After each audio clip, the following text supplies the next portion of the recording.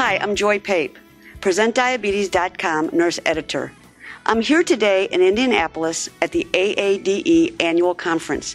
And with us today is Janice Rosler, the 2008-2009 Diabetes Educator of the Year. Hi, Janice. Hi, Joy. Thanks for inviting me. Oh, always love to hear from you. Janice, you've been an RD CDE for many years. Then you've recently received your master's, work for your master's in family therapy. Why did you make this decision? Well, for years I've been writing and speaking all about how diabetes affects family relationships. And what I found is I fell in love with everything it entailed. And in addition to my diabetes work, which it has enriched, I'm now also working 1 day a week as a marriage and family therapist. Right. Okay, so when we speak about family therapy, I always think that means the family comes in. But you talked a little bit different about that in your presentation yesterday. In my talk, I took a lot of things from family therapy and I applied them to diabetes, to the whole, all the issues in the whole diabetes world. And everything is strength-based. What that means is we come in with an assumption that the individual has the strength inside to solve his or her own problems. You know, when we have a medically based concept, you go, I'm the expert and I will tell you what to do. But it's an acknowledgement that the person really knows his or her life best. So the type of questions are more positive. For example, if someone has been instructed to check his or her blood glucose level every single morning and he's not doing it, he only does it on Mondays. The gut reaction that someone might have is, oh, well, how come, what are the problem with the other days? What's preventing you from doing it in the other days? And that's the negative piece that shines a light on what they lack. What I'm suggesting is looking at the strength. This guy's testing on Mondays. Yes. So the question is, hey, that's fantastic. You are testing 1 day a week. How do you make that happen? What are you able to do to be so successful on Monday?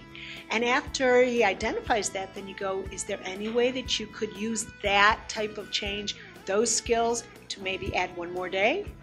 And so you're talking to the patient as an expert, and you are asking, you're saying, you know, this is something you know how to do.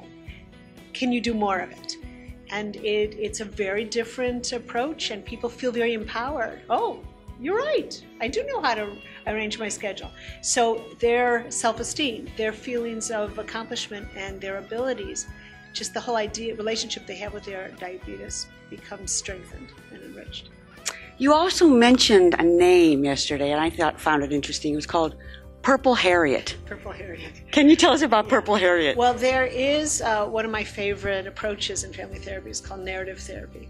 And what that is we understand things about ourselves based on what other people have said, you know, what people have told you. And so this is it's a trick, it's a technique to separate the problem from the person.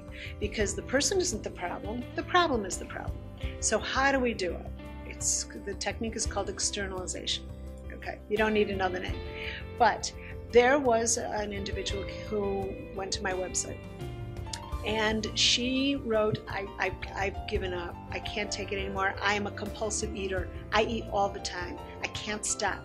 Now my doctor's ready to give up on me, and my husband's fed up with me, and my kids are angry with me, and I don't know I just can't control that.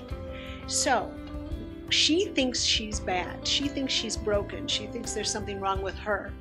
What you want to do is take that strong emotion and remove it, because she's okay. Right. It's the problem that's the problem. So what I wrote back to her and I said, okay, let's take that feeling of intense hunger and let's give it a name. Let's make it give it its own identity. Give it a name and give it a color.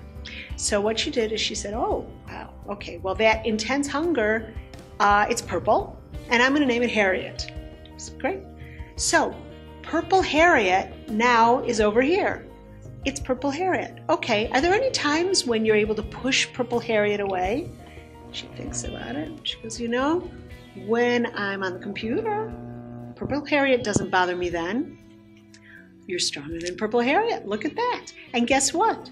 You're not eating all the time. That's right. So there's a little light goes on. I guess I don't eat all the time. Are there any other times when you can push Purple Harriet away?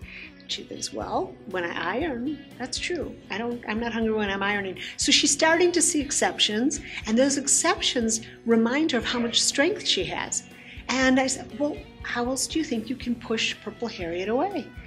And she said, well, I guess I could try to stay more busy. And if I start getting hungrier, I'll just start being busier, and Purple Harriet will go over there. And really, within a few days, she wrote me, I'm doing it. She said, I don't know what it is, but I'm not eating as much. And everyone is noticing the difference. And she started to lose weight because I kept in touch with her. So that's where Purple Harriet comes from. You take the problem, take it out of the person, put it over there. If they're afraid of something and it's debilitating, you can, again, make the fear into something. How does the fear bother you? How are you able to push the fear away? The fear is over here. You're something else. So that's a technique, and I find it very helpful, and I think educators can use it too. Well, as always, Janice, that was just great. And so we're here at PresentDiabetes.com. Thank you, Janice. Thank all of you for listening, watching, and learning. Enjoy.